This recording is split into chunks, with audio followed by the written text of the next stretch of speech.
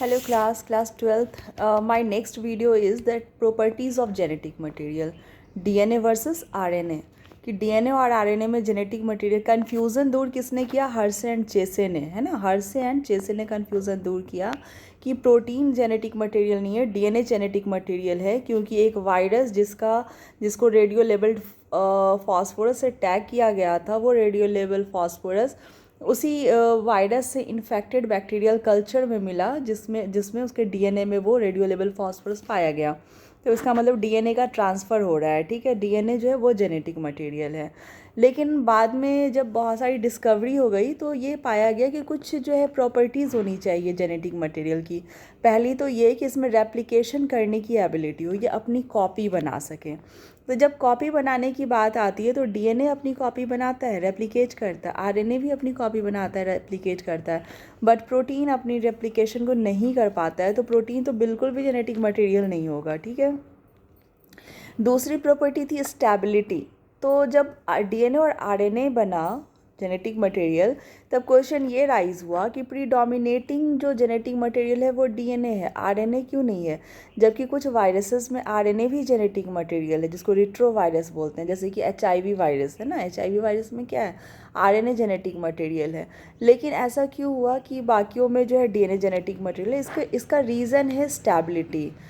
अगर आपने पहले के वीडियोस देखे होंगे तो मैंने आपको बताया है कि आरएनए में राइबोज शुगर पे सेकेंड कार्बन पे हाइड्रोक्सिल ग्रुप होता है, मीन्स ओएच ग्रुप होता है, जो आरएनए को ज़्यादा क्या बनाता है? अनस्टेबल बनाता है, ज़्यादा रिएक्टिव बनाता है। तो रिएक्टिव होने की वजह से ये लेस स्टेबल है, ठीक है। ये क्या है? लेस स्टेबल है। जबकि आपके डीएनए में second number of carbon deoxyribose sugar बोलते हैं। क्यों? क्योंकि सेकेंड नंबर कार्बन पे OH ग्रुप नहीं होता, ओनली हाइड्रोजन होता है। तो ये इसको स्टेबल बनाता है, ठीक है। तो डीएनए यहाँ पे आरएनए से ज़्यादा स्टेबल है। और दूसरा रीज़न क्या है कि आरएनए का एक जो नाइट्रोजनस बेस है वो यूरासिल है, जबकि डीएनए का जो नाइट्रोजनस बेस है वो थाइमिन है। तो थाइमिन में एक्स्ट्रा मिथाइल ग्रुप होता है, जो कि यूरासिल में नहीं होता। तो यूरासिल जो है थाइमिन के कंपैरिजन में लेस स्टेबल है। तो आप समझ सकते हो कि डीएनए जो है वो मोर स्टेबल है स्ट्रक्चरली, तो वो आराम से अपना प्रीडोमिनेटिंग जेनेटिक मटेरियल के प्रॉपर्टीज़ को शो करता है। तीसरी प्रॉपर्टीज़ क्या होनी चाहिए? इसमें एबिलिटी होनी चाहिए जेनेटिक मटेरियल में म्यूटेशन की।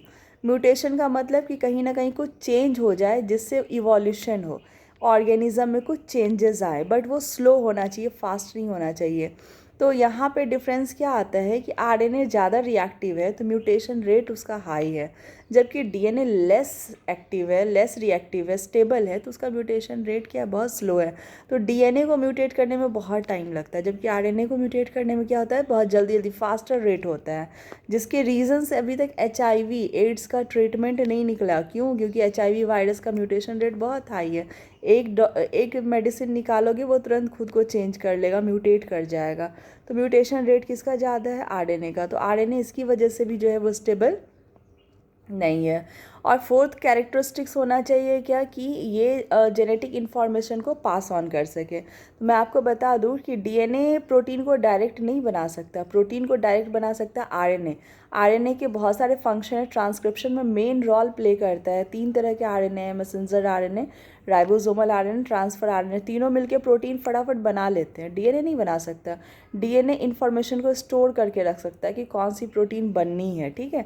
आरएनए खुद से बना सकता है, डायरेक्ट बना सकता है। तो ये चारों प्रॉपर्टीज़ जो है वो क्या है? जेनेटिक मटेरियल की है।